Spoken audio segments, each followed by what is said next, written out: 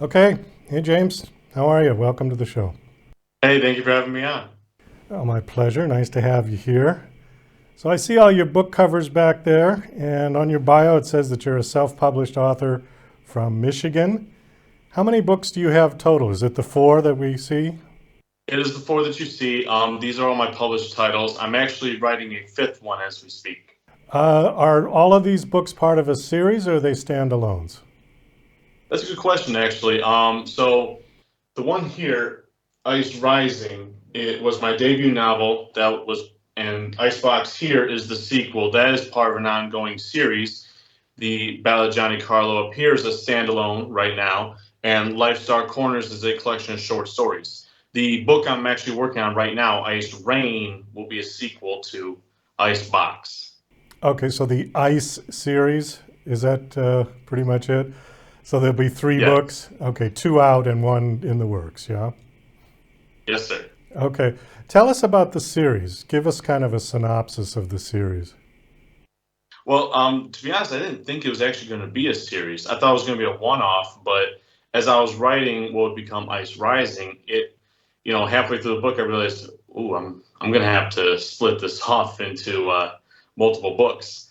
But what it tells about is about a young man named Alexander Lincoln who ends up joining a gang in the city that he lives in because being the oldest son, he feels like that's what's necessary to protect those that he loves. But coupled with that, kind of like a misguided sense of duty, is that he's got a great mind for business.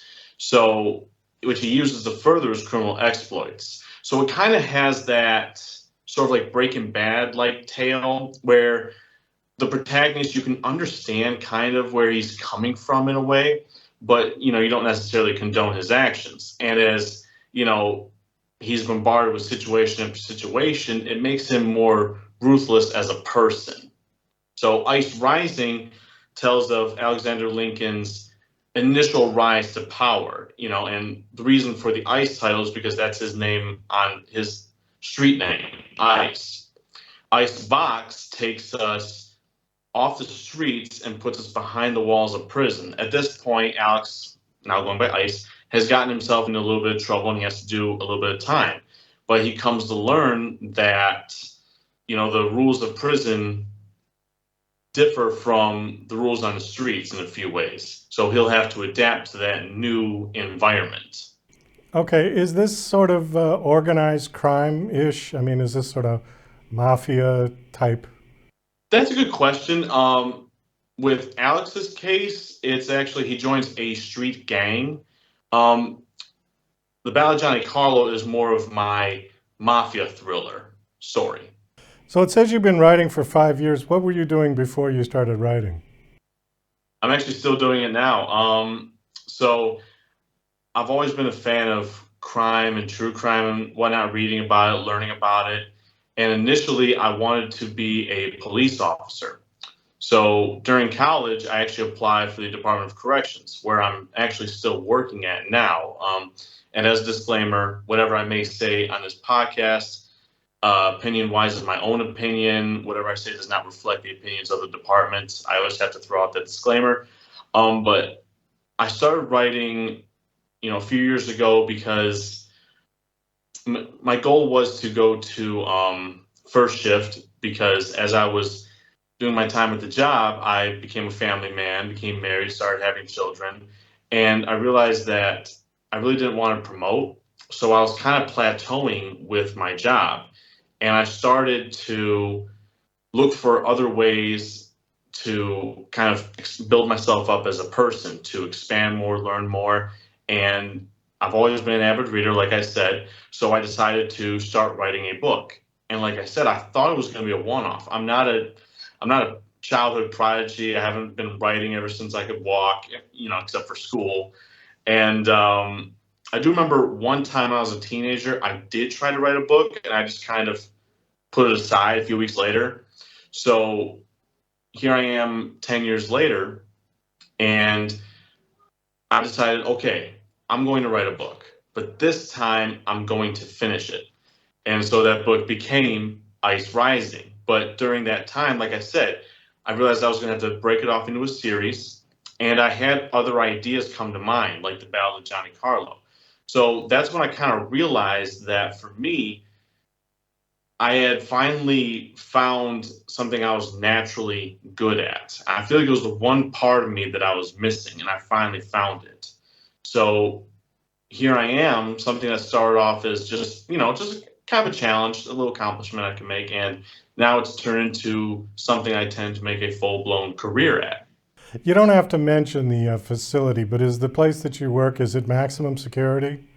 It's multiple levels of Multiple. security. Okay, because I was wondering if some of these characters in your books were people that you had actually met who were incarcerated. That's actually a good question. When the subject of my day job is brought up, that is a common question I get. To be honest, not really. Everything kind of came from my mind per se. Like I said, I've always been a fan of crime fiction and true crime, so I take my inspiration from all different aspects of my life. But it did help me in writing Icebox, being familiar with a correctional facility background. It really made the writing easier in regards of how prison life can be for inmates. Okay, so the actual sort of setting of the book you could write pretty accurately because you're there, right? Yes. And a side note, one thing that I wanted to do with Icebox was typically in a lot of TV shows and movies, correctional officers are kind of depicted very negatively, whether they're incompetent, corrupt, or what have you.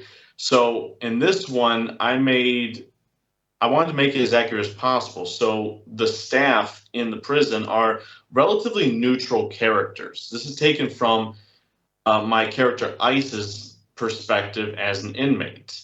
The most common featured character that's a staff member in the book is his regular housing unit officer. That's the officer that works his cell block 5 days a week. He explains to him when he comes in, listen, I don't want any trouble. I'm just looking to do my job, keep it down, whatever you're doing. Don't make me have to come down on you. You're not like the warden on Cool Hand Luke in that movie. What we got here is a failure to communicate. Yeah, that one, right.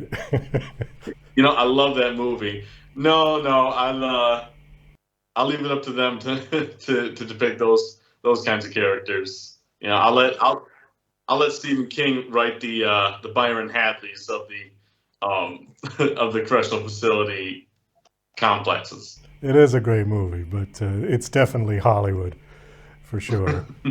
Exactly. We got a few minutes, about 4 minutes left. Let me switch over to the publishing side of this. So you're a self-published author. How did you find the process? Was it daunting to do that yourself, or did you have any interest to go with a traditional publisher or hire one of those hybrid publishers, or why did you decide to self-publish? Well, I actually spent a year looking for an agent, and nobody picked me up. I didn't want to go with a hybrid publisher for a couple reasons. One was budget, and secondly was I just didn't know if it was going to be money worth, well spent. So I wanted to go with self-publishing because that was the cheapest way. And at that point, I really wanted to get my book out there. I was tired of telling everybody, "Hey, I'm an author. I'm an author. I'm an author." Okay, where's your book? Well, I'm waiting for somebody to pick it up. So I decided, you know what? No, I'm going to publish it, and I'm going to have the physical copy. Here's my book. Here it is. And for me, it's a lot more work for myself, but I've also found it incredibly rewarding.